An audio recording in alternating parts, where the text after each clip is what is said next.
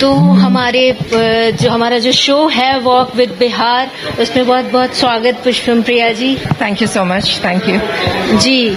तो पहले तो आप बताइए कि ये मास्क के पीछे क्या राज है?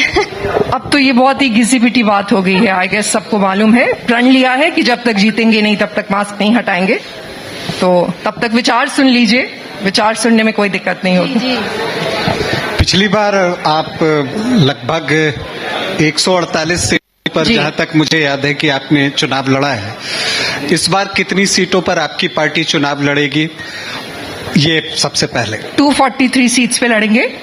पिछली बार भी 243 सीट्स पे ही लड़ने वाले थे, लेकिन हमारे लगभग 100 नामांकन खारिज कर दिए गए, इस वजह से नहीं हुआ। इस बार ऐसा नहीं हो पाएगा। हमारी जो पार्टी है वो भी बार रजिस्टर नहीं की थी इन्होंने। तो चुनाव के पहले चरण के जब चुनाव बीत चुके थे, उसके बाद पार्टी रजिस्टर हुई थी, तो चुनाव चिन्ह भी नहीं मिल पाया था। इस बार चुनाव चिन्ह भी है, सिटी है हमारा चुनाव चिन्ह, तो 243 पे लड़ेंगे। अच्छा, एक आरोप ये लगता है आपके ऊपर कि जब चुनाव आता है तभी आप दिखती हैं। जैसे पिछली बार भी थोड़ा लेट आप आई थी 2020 में, और अभी भी लोग ये कहते हैं, परसेप्शन जो भी बना है कि बिल्कुल चुनाव के वक्त आती हैं। तो ऐसा क्या है, और ये जो आरोप है उस पर आप क्या जवाब दें? देखिए, यहाँ पे तो ऐसा है कि लोगों की जो आरोप लगाने वाले विरोधी हैं, उनकी तो चमड़ी की जबान है, कुछ भी बोल देना है। हम कहाँ गए थे? यही तो है।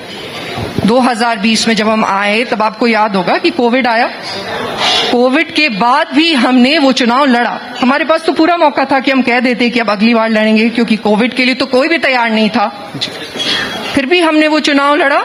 2021 में भी हम यही थे, 22 में भी हमने बाय इलेक्शन में लड़ा था, जो तारापुर का चुनाव हुआ था। 2023 में हमारे पिताजी की अचानक से मृत्यु हो गई थी और हमने उनको मुखाग्नि दी, हमने कर्ता का काम किया। तो 1 साल के लिए हमने पार्टी से कहा था कि आप लोग सब करिए और 1 साल हमें वो भी ड्यूटी करने दीजिए। बस, उसके अतिरिक्त तो हम यही हैं। और प्रश्न तो ये होना चाहिए, हमें तो इलेक्ट नहीं किया गया जी। 243 विधायक जिनको इलेक्ट किया गया, जिनको अगर मंच पे बिठा दीजिए तो उनकी गपबाजी बंद ही नहीं होती रहती है, क्या वो 5 साल तक लोगों के बीच में जा रहे हैं? तो फिर ऐसा क्यों है कि जहां भी बलात्कार हुए और जहां हम गए वहां ये लोगों में से कोई नजर नहीं आया? ऐसा क्यों है कि जहरीली बंदी की वजह से जितने लोगों की जान गई, चाहे वो 21 में गई हो, 22 में गई हो, 24 में गई हो, अभी जा रही है, वहां पे तो हमें किसी पार्टी का कोई नेता नजर नहीं आता। सिर्फ मंचों पे नजर आने से नहीं होती है राजनीति। तो ये प्रश्न उनसे पूछने की जरूरत है कि जनता ने जिसको इलेक्ट किया, विधानसभा भेजा, वो फीता काटने के अलावा 5 साल तक क्या कर रहे हैं? तो क्या जो इलेक्ट होंगे सिर्फ उन्हीं की जिम्मेदारी रहेगी जनता के बीच जाने की? हाँ, और कायदे से तो यही होना चाहिए। और बाकी घर कायदे से घर तो हम कभी भी नहीं बैठे थे। इन लोगों के जो आका थे नीतीश बाबू, वो तो हमसे मिलने के लिए, ये कहाँ कह रहे हैं ये लोग कि हम घर बैठे हैं? ये लोग तो कहते हैं कि हम लंदन में रहते हैं। मतलब इनका बस चले तो अभी भी कहते कि हम लंदन में ही हैं। लेकिन जिम्मेदारी उन्हीं लोगों की है जिनको हम इलेक्ट करते हैं, नहीं तो इलेक्शन का सिस्टम खत्म कर देते हैं। आप तो जानकार पत्रकार हैं, आपको ये मालूम होगा कि हर चुनाव में जनता के टैक्स का कितना पैसा खर्चा होता है। खत्म कर देते हैं वो सिस्टम। क्यों 243 लाल बत्ती देने के लिए? तो 243 लोग ही काम करें और बाकी लोग अगर कुछ न करें, क्योंकि ऐसा तो है नहीं, समाज सेवा तो लोग अलग अलग रूप से भी करते हैं। जिनको चुनाव नहीं लड़ना है वो भी समाज सेवा करते हैं, वो भी घर से बाहर निकलते हैं। तो जिम्मेदारी तो सभी को लेनी पड़ती है, जो समाज में कुछ बदलाव चाहते हैं, परिवर्तन चाहते हैं, उन सभी को। तो इस लिहाज से ये आरोप लगता है होती है। नहीं, हम ये बात मानते हैं कि हम ये रिस्पेक्ट करते हैं कि लोग हमसे एक्सपेक्ट करते हैं। वो एक्सपेक्टेशन हम ही ने जगाया है। हम कोई विरासत से नहीं आए हैं। हमने किसी बड़े बाप के या बड़े दादा के या ऐसी विरासत नहीं ली है। वो एक्सपेक्टेशन अगर आज लोगों को हमसे है तो वो हम ही ने जगाया है। और हम यही हैं लोगों के बीच में। हम तमाशा वाली राजनीति नहीं करते। हमने तो अभी आपको कहा कि जहां पे घटनाएं घटती हैं हम वहां जाते हैं, वहां लोगों से मिल। हम आपसे एक बात पूछते हैं, क्या बिहार मतलब मात्र पटना ही है? क्या पटना के बाहर बिहार बिहार नहीं है? तो जब आप पटना से बाहर निकलते हैं तो जैसे जैसे आप पटना से दूर चले जाएंगे, क्या आपको समस्याएं बहुत ही बड़ी नहीं नजर आती?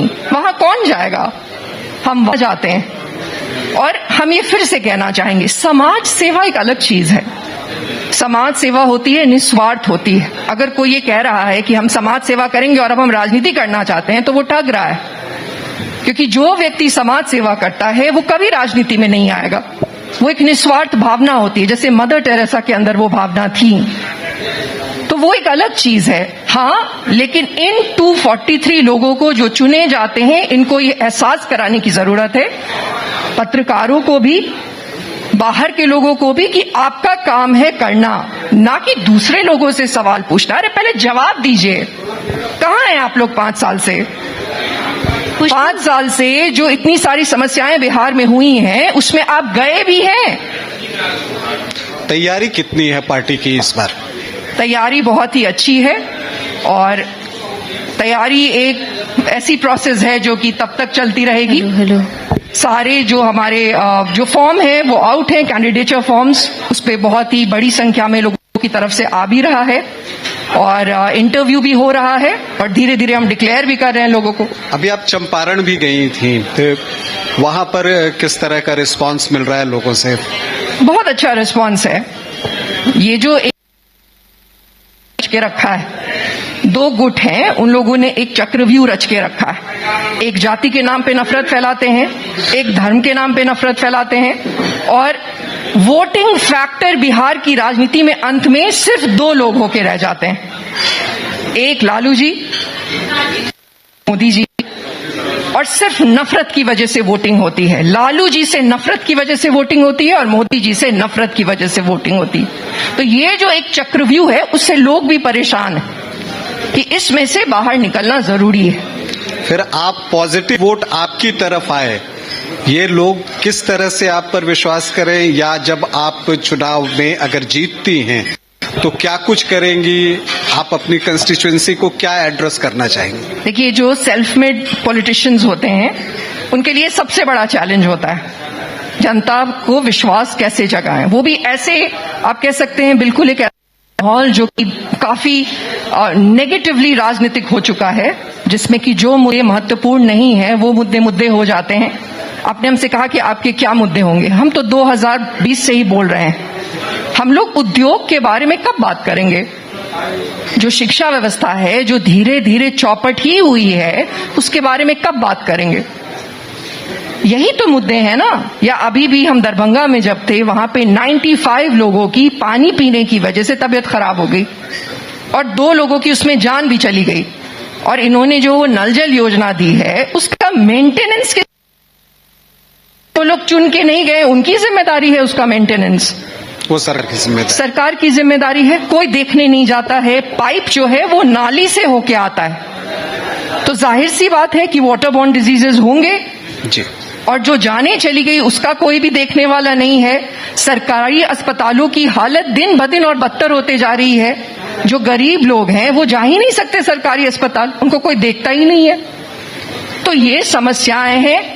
आज ही तो जब हम आ रहे थे, ट्रैफिक की समस्या है। जितने भी शहर हैं उसमें ट्रैफिक की मैसिव समस्या है। सिर्फ पटना तो नहीं है ना बिहार, पटना के बाहर है बिहार। तो ये सारी समस्याओं को फिक्स करना पड़ेगा। पुष्पम प्रिया, बिहार की राजनीति में महिलाओं की भागीदारी काफी कम दिखती है। आपका ओपिनियन काफी स्ट्रांग है। आपके लिए कितना स्ट्रगलिंग रहा है ये अभी तक का सफर, और आप आगे कैसे इसको सफर करेंगी, बताइए। बहुत ही स्ट्रगलिंग है। उसका कारण है कि महिलाएं नैरेटिव से गायब है। ये जो पूरा नैरेटिव है वो पुरुषों का है, और महिलाओं के लिए कुछ खास काम है। आप वो सब काम जब तक करिए तब तक ठीक है। तो अगर महिलाएं नैरेटिव में नहीं होंगी तो महिलाओं की किसी भी समस्या का निदान नहीं होगा। आपको क्या लगता है, पहले के बिहार में और अब के बिहार में जो महिलाओं की स्थिति है वो कितनी मजबूत हुई है या कमजोर? मुझे पहले के बिहार पे टिप्पणी नहीं करनी जी, बाकी राज्यों की टिप्पणी करते हैं।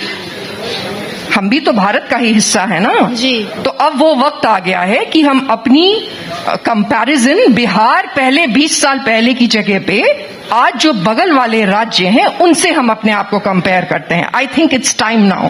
जी, बहुत हमारी हालत बदतर है। कोई भी ऐसी जगह नहीं है, कोई क्लास की महिला नहीं है जिन्होंने हमें ये नहीं कहा है कि हमारी सबसे बड़ी प्रॉब्लम सुरक्षा है।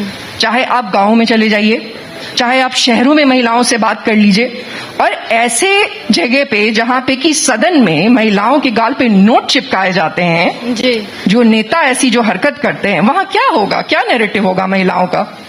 हमसे जो प्रश्न पूछे जाते हैं, अगर आप कभी उन प्रश्नों पे रिसर्च करिएगा तो आपको आश्चर्य लगेगा।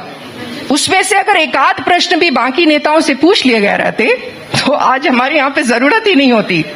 अगर आपको डिकोड करना होगा कोई महिलाओं के लिए सबसे बड़ा मुद्दा बिहार में दिखता है, वो क्या होगा? महिलाओं के लिए सबसे बड़ा मुद्दा सुरक्षा ही है। हम वही बात आपको कह रहे हैं जो महिलाओं ने हमें कहा है।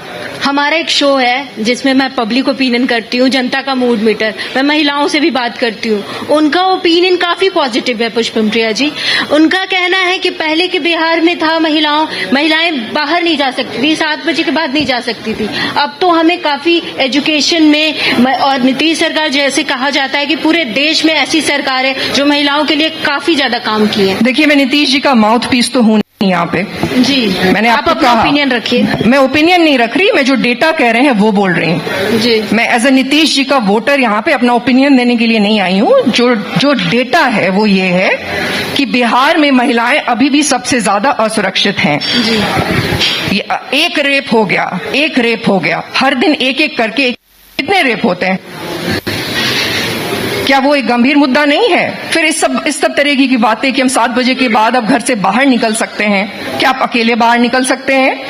नहीं निकल सकते। आज भी महिलाएं 7 बजे के बाहर घर से अकेले नहीं निकलती। अच्छा, अगर चुनाव के बाद समर्थन देने की बात हो तो एनडीए आपको ज्यादा ठीक लगता है या फिर महागठबंधन? देखिए, इन सब ने तो मिलकर ही बिहार को बर्बाद किया है।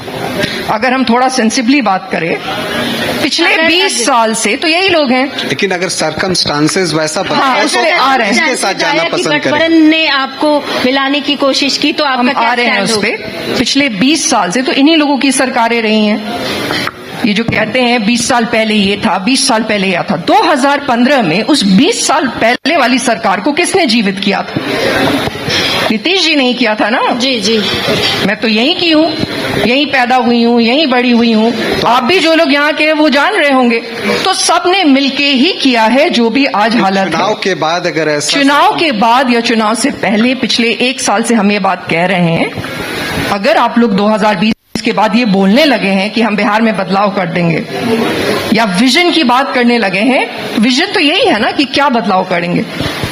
अगर विजन डॉक्यूमेंट बनाएंगे, अगर कॉमन मिनिमम प्रोग्राम बनाएंगे, जिस तरह की विजन की हम बात करते हैं उस तरह की विजन की अगर बात करेंगे तो हम समर्थन देंगे। ये तो हमने ऑन रिकॉर्ड कहा है, कितनी बार कहा है। इस बार पुष्पम का विजन क्या है मैम? जनता को बता दीजिए सिंपल वर्ड में। अपना जो ये एक माइंडसेट है उससे बाहर निकलना है।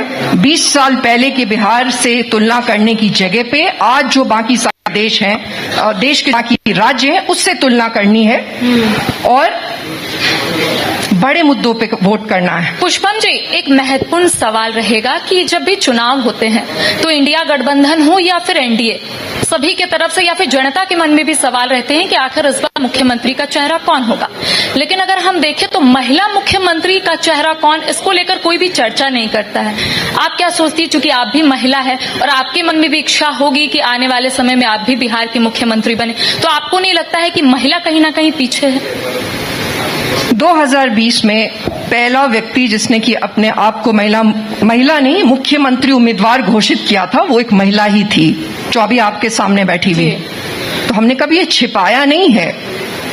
बात सिर्फ यही नहीं है कि हम महिला मुख्यमंत्री बनना चाहते हैं, बात यह है कि अगर आप बिहार को बदलना चाहते हैं तो क्या गपबाजी से बदल दीजिएगा? स्किल्स हैं क्या आपके पास? प्रश्न ये होना चाहिए कि मुख्यमंत्री ऐसा क्यों बनेगा जिसको मुख्यमंत्री बनके क्या करना है वही नहीं मालूम। महिला घर संभाल सकती है तो महिला बाहर भी तो संभाल सकती है ना। ये लोगों को तो समझाने और समझने की भी जरूरत है। देखिए, हम बहुत ही पढ़े लिखे कह सकते हैं, आप हैं ठीक ठाक, हमने पढ़ाई लिखाई की है और अगर हम यहाँ नहीं होते तो हम देश संभाल रहे होते, वहां की पॉलिसीज बना रहे होते, अगर हम राजनीति में नहीं आते तो। तो हमारा प्रश्न ये है, आज 2025 में ये डिस्कशन कि महिला क्या कर सकती, तो मूर्खता वाला डिस्कशन, कुछ भी कर सकती।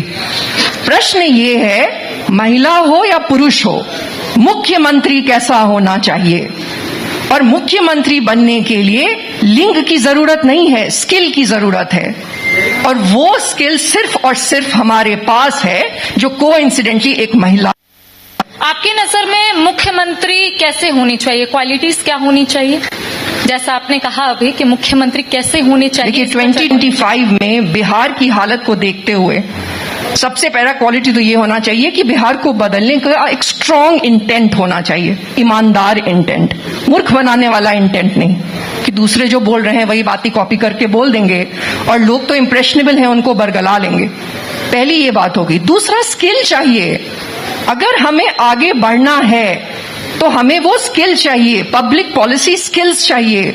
उद्योग लगाने हैं, अगर हर जिले में लगाने हैं तो वो स्किल्स चाहिए।